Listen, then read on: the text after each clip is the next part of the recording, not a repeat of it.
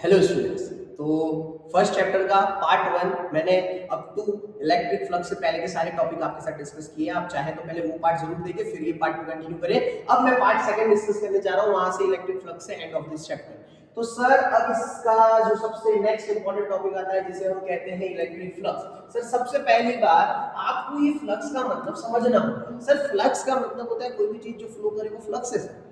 तो electric flux का क्या मतलब है? इलेक्ट्रिक का मतलब क्या है बेटा? Electric charge. मतलब जब चार्ज फ्लो करे तो इलेक्ट्रिक फ्लक्स। अब फ्लो मतलब किस लिए, कहां से लाए हम फ्लो वाली कंसेप्ट की लाइन? तो सर हमने इलेक्ट्रिक फील्ड पढ़ा है, वो एक इमेजिनरी कंसेप्ट है जो ये बताता है कि इलेक्ट्रिक चार्ज क्या पाथ कवर करके एक अपना जस्ट लाइन क्रिएट करता है। तो वो लाइन को हम इलेक्ट्रिक फील्ड लाइंस कहते हैं। मतलब एक सरफेस से, क्लोज्ड सरफेस से जितनी electric field number of lines pass करती है बेटा, उसी को कहते हैं इलेक्ट्रिक फ्लक्स।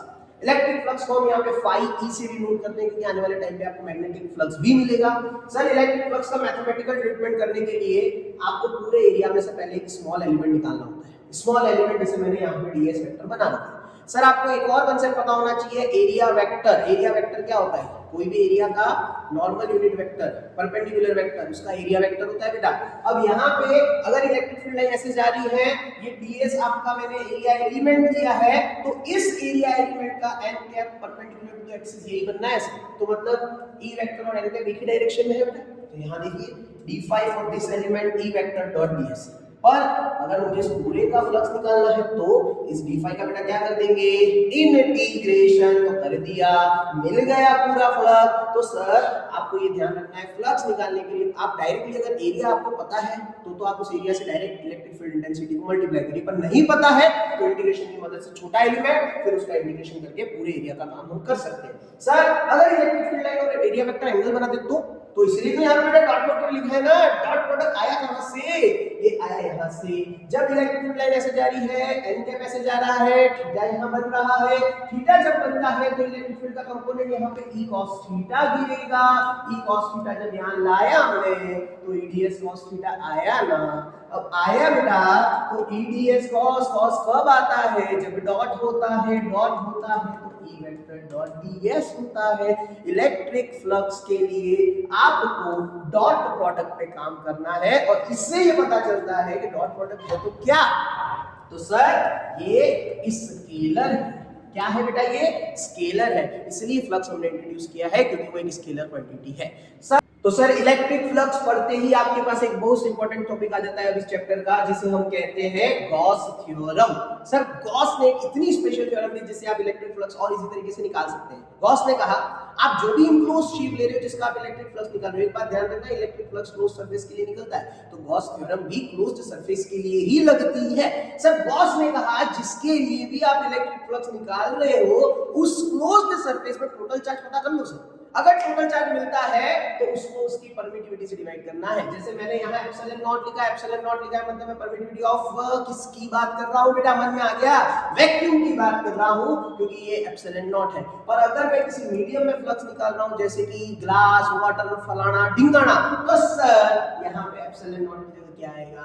एप्सिलॉन। तो गॉस ने सीधा बोला फ्लक्स निकालना है सर, क्लोज सरफेस पे टोटल चार्ज पता करो, उसको उसकी परमिटिविटी से डिवाइड करो, आपका फ्लक्स आपके थाली में आ जाएगा। तो ये आ गया फ्लक्स। सर अब बात करते हैं तो ये प्रूव करके बताओ। आपने बोल तो दिया, प्रूव क्या है आपके पास इस स्टेटमेंट का? सर मैं प्रूव कर रहा हूं। एक पॉजिटिव पॉइंट चार्ज लिया है प्लस q, इसके अबाउट ये क्लोज सरफेस है। सर एक बात ध्यान रखना, अगर आपको किसी का फ्लक्स निकालना है, आपको क्लोज सरफेस नहीं दिया है, तो आपको क्लोज सरफेस बनाना है जो इससे हम गॉसियन सरफेस कहेंगे क्योंकि गॉस थ्योरम क्लोज सरफेस पे ही लगेगी। तो इस पॉइंट चार्ज के लिए मेरा गॉसियन सरफेस ये स्फीयर है। सर मेरे को फ्लक्स निकालने के लिए एलिमेंट लेना पड़ेगा। मैंने ये ds एलिमेंट देखो ले रखा है।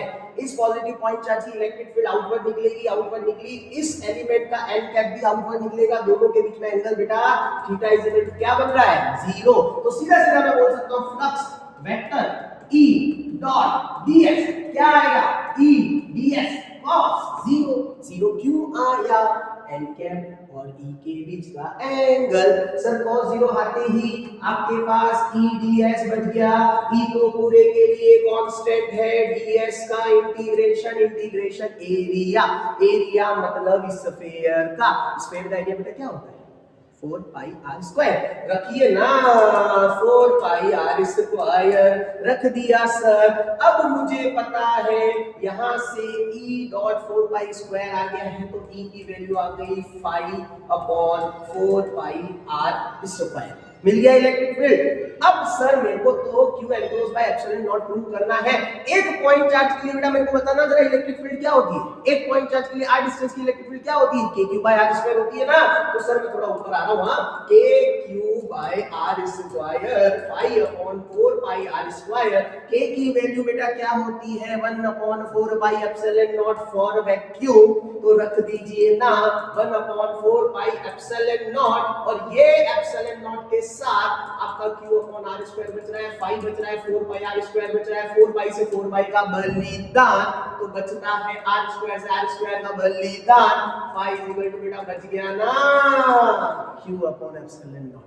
कर दिया Gauss theorem prove. Sir 3 marks straight and prove Gauss theorem, बहुत ही सुंदर प्रश्न है, बहुत ही सिंपल प्रश्न है, सीधा काम सीधी काम। सर आगे चलते हैं। सर गॉस थ्योरम की बहुत प्यारी प्यारी एप्लीकेशंस हैं, 3 एप्लीकेशन, तीनों इंपॉर्टेंट। अगर मैं जहां रहता हूं ना सर वहां की बात करूं तो आरबीएससी बोर्ड, सीबीएसई बोर्ड, तीनों में से एक एप्लीकेशन पक्का पूछेगा, पक्का पूछेगा, ये मेरा प्रेडिक्शन कहता है।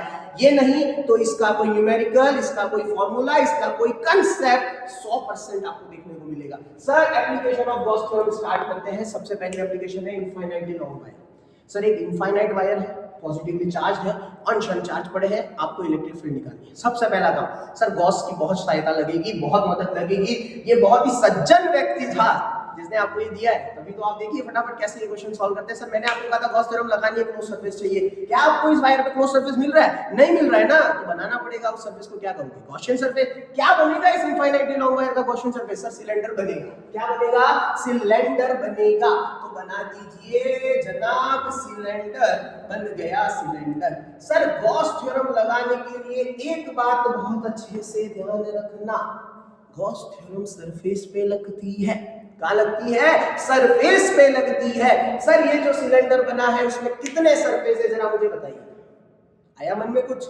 नहीं आया तो सोचिए सर। सिलेंडर है, सिलेंडर के ऊपर सर्कल, नीचे सर्कल, कर्व्ड है, कितने सरफेस? 3 सरफेस। गॉस थ्योरम लगाने के लिए सरफेस पकड़ो, सरफेस पकड़ लिया सिलेंडर, सिलेंडर के कितने सरफेस? 3, तीनों सरफेस पे सर एन कैप बनाओ, मतलब डीएस एलिमेंट ढूंढो, एन कैप बनाओ। सर ये मैं पहला एलिमेंट लेता हूं, पहला एलिमेंट ये ऊपर वाला, ये दूसरा एलिमेंट ये कर्व सरफेस एरिया, ये तीसरा एलिमेंट नीचे वाला सर्कल। सर तीनों के परपेंडिकुलर एन कैप मतलब एरिया वेक्टर, ये आपके सामने है, N cap, N cap, N cap, N cap. Sir तीनों का एन कैप बनाने के बाद अब इन सरफेस से इलेक्ट्रिक फील्ड क्या जाएगी? सर पॉजिटिवली इनफाइनाइट वायर है, इनफाइनाइट वायर पॉजिटिवली है, मतलब मान लीजिए ये वायर है, इनफाइनाइट है, दोनों पूरा पॉजिटिव है, पॉजिटिव से इलेक्ट्रिक फील्ड कैसे जाती है?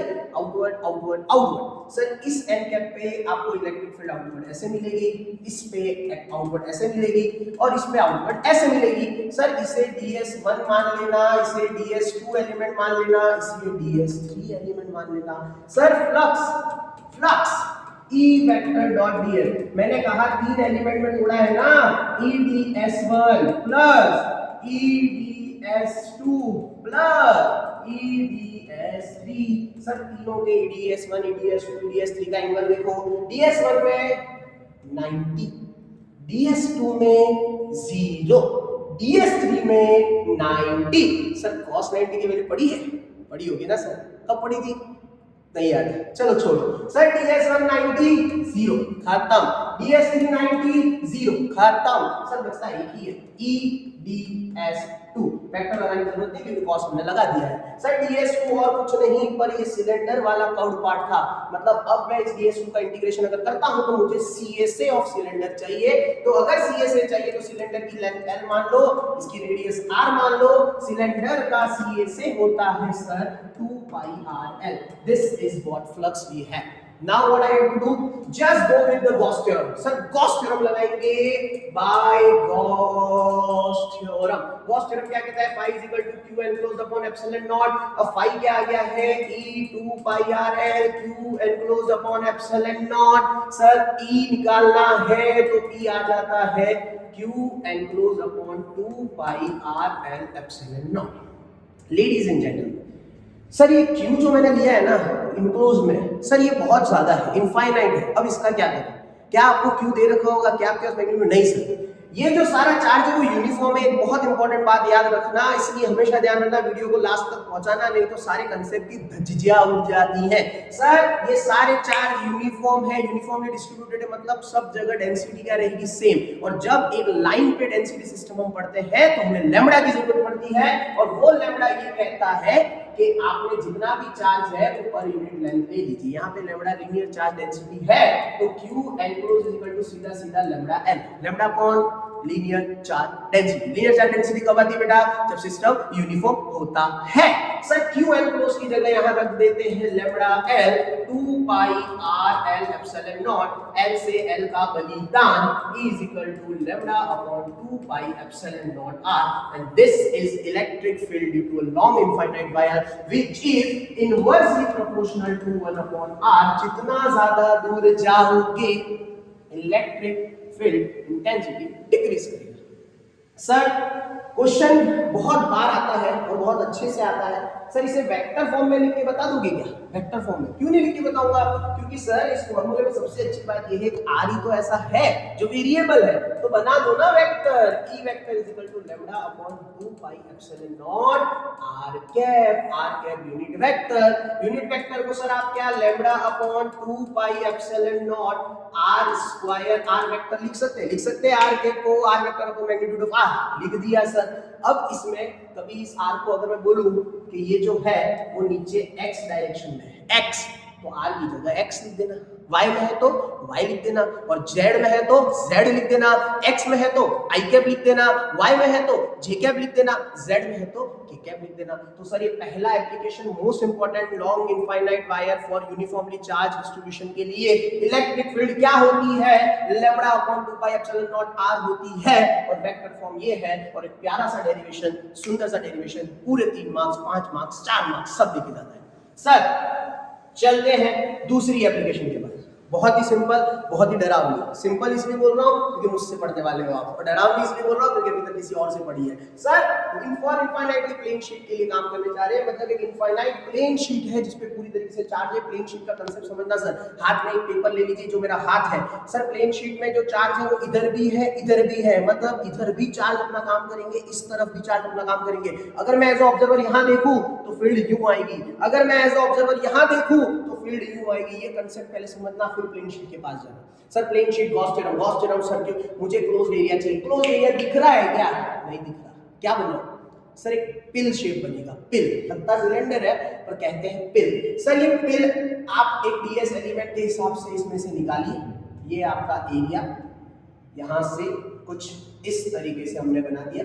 अब इस पिल, मतलब समझिएगा ये पेज है ना, जो ये प्लेन शीट है, ये पिल ऐसे है, ऐसे यहां से ऐसे निकालना। अब इस पिल के फिर से एरिया, सरफेस कितना है? 3, क्योंकि सिलेंडर ही है। तीनों एरिया का क्या बनाना था बेटा? N cap. पहले का एन कैप ऐसे बन गया, दूसरे का एन कैप ऐसे बन गया, तीसरे का एन कैप ऐसे बन गया। सर इस बार मैं जो ये सर्कुलर एरिया ले रहा हूं वो एक्चुअली प्लेन शीट को कवर कर रहा है। जितना बढ़ता जाएगा प्लेन शीट का कवरिंग बढ़ता जाएगा, तो मैं पहले से ही इसका क्रॉस सेक्शनल एरिया दे रहा हूं कैपिटल ए। क्या दे रहा हूं? Capital A. Sir electric field बनाओ। यहां से इस वाले के लिए इलेक्ट्रिक फील्ड, ये प्लेन शीट इलेक्ट्रिक फील्ड, यहां से प्लेन शीट इलेक्ट्रिक फील्ड, यहां से प्लेन शीट पीछे पीछे पीछे देखना, यहां से बेटा ये तो यहीं फंस जाते हैं। मैंने कहा था ना ये कंसेप्ट, यहां से देखूं तो यू और यहां से देखूं तो यू, ध्यान रखना। तो यहां पे ई वेक्टर ऐसे आएगा। सर ये 90 है, cos 90 खत्म, बचते हैं 2। Flux is equal to E vector dot ds। 3 भाग में तोड़ना है, 3 में से एक 90 है, 2 0 है, दोनों को ऐड करके आपको फ्लक्स मिल जाएगा 2E। अब क्या करूं? Gauss theorem. गॉस थ्योरम क्या कहता है? phi is equal to q enclosed upon epsilon naught। phi मेरे को मिला है 2EA, q enclosed upon epsilon naught, E is equal to q enclosed upon 2 epsilon naught A। Sir फिर से uniformly charge है, पर लाइन नहीं है, एरिया है, सरफेस है। सरफेस के लिए यूज करते हैं हम सिग्मा, जिसे हम कहते हैं सरफेस चार्ज डेंसिटी, जिसमें Q एनक्लोज अपॉन आ जाएगा एरिया। तो Q एनक्लोज की जगह रख दोगे sigma A upon 2 epsilon not A, area से area cancel, E is equal to sigma upon 2 epsilon not. एक प्लेन शीट के लिए आपका जो इलेक्ट्रिक फील्ड होता है दोनों ही तरफ, वो होता है sigma upon 2 epsilon not. Capacitor में यूज भी किया होगा, थोड़ा बहुत आपको याद हो, मैं इसका न्यूमेरिकल भी कराऊंगा। एक बहुत इंपॉर्टेंट न्यूमेरिकल इस चैप्टर से बनता है, इस एप्लीकेशन से बनता है। सर इसमें एक खासियत है, अभी तक हमने जितनी भी इलेक्ट्रिक फील्ड निकाली, dipole, point charge, equatorial, infinitely long wire, सब में आर था, सब में आर था, सब पोजीशन पे खेल रहे थे। क्या ही पोजीशन पे खेल रहा है? नहीं खेल रहा। सर प्लेन शीट एक ऐसा इकलौता रहेगा कि जिसमें इलेक्ट्रिक फील्ड पोजीशन से इंडिपेंडेंट रहती है। ध्यान रखना, very very most important. Sir last but not the least, very most important third application of this chapter, spherical shell. Shell मतलब अंदर से खोखला, सारे चार्ज सरफेस पे। सर इंसान गलती क्या करता है, ये भी यूनिफॉर्मली, पर स्फेयर, देखो आपने लाइन पढ़ा, लेंथ बोला, शीट पढ़ा, एरिया बोला। सर स्फेयर पढ़ते तो वॉल्यूम पे हो क्या? नहीं, चार्ज कहाँ है? सरफेस पे। तो डेंसिटी क्या निकालोगे? सरफेस की। तो सर यहाँ पे भी यूज करना पड़ेगा sigma Q enclose upon area. Q enclose area में लिख दोगे 4 पाई r स्क्वायर। ध्यान रखना, ये गलती मत करना, अगर वॉल्यूम आ गया तो दिक्कत हो जाएगी। सर इसके लिए आपको इलेक्ट्रिक फील्ड सीधा सीधा 3 केस में करना है। पहले केस में r less than a, r less than capital R, r greater than R, r equal to R, inside outside surface. Sir इसमें जितना भी चार्ज है वो एज अ पॉइंट चार्ज हो जाता है। जब आप इनसाइड में होते हो ना, इनसाइड में, सर इनसाइड में मतलब आप कहीं ना अंदर, अंदर क्या आपकी गॉसियन सरफेस में कोई चार्ज है? जब कोई चार्ज इंक्लोज नहीं है तो फ्लक्स क्या हो जाएगा? जीरो। फ्लक्स जीरो होते ही इलेक्ट्रिक फील्ड क्या हो जाएगी? Zero. Inside this sphere electric field zero. Sir surface के बाहर आ जाओ, सरफेस के बाहर मतलब यहाँ, और जैसे ही यहां जाओगे ये पूरा एक पॉइंट चार्ज की तरफ बिहेव करता है, इसलिए आउटसाइड की इलेक्ट्रिक फील्ड सीधी सीधी पॉइंट चार्ज के हिसाब से kq अपॉन r स्क्वायर आ जाएगी, स्मॉल r स्क्वायर, जहां तक आप रेडियस ले रहे हो। और ऐसे ही जब आप सरफेस पे आओगे तब भी आपको E is equal to kq by capital R square मिलेगी। तो ये तीनों केसेस आपको ध्यान रखने हैं। इसका ग्राफ आता है, sir r equal to r तक इलेक्ट्रिक फील्ड जीरो है, r इक्वल टू r पे maximum kq by capital R square, और उसके बाद इलेक्ट्रिक फील्ड डिक्रीज करती है 1 अपॉन r स्क्वायर से। So this is what the third and very most important application. बेटा आई होप ये वीडियो आपको पसंद आया हो। आगे के चैप्टर, आगे के इंपॉर्टेंट क्वेश्चंस के लिए मुझे सब्सक्राइब कर लीजिए, क्योंकि अब मैं रेगुलर बेसिस पे आपके साथ इंपॉर्टेंट चैप्टर्स के साथ क्वेश्चन डिस्कस करने वाला हूं। Thank you so much connect करने के लिए।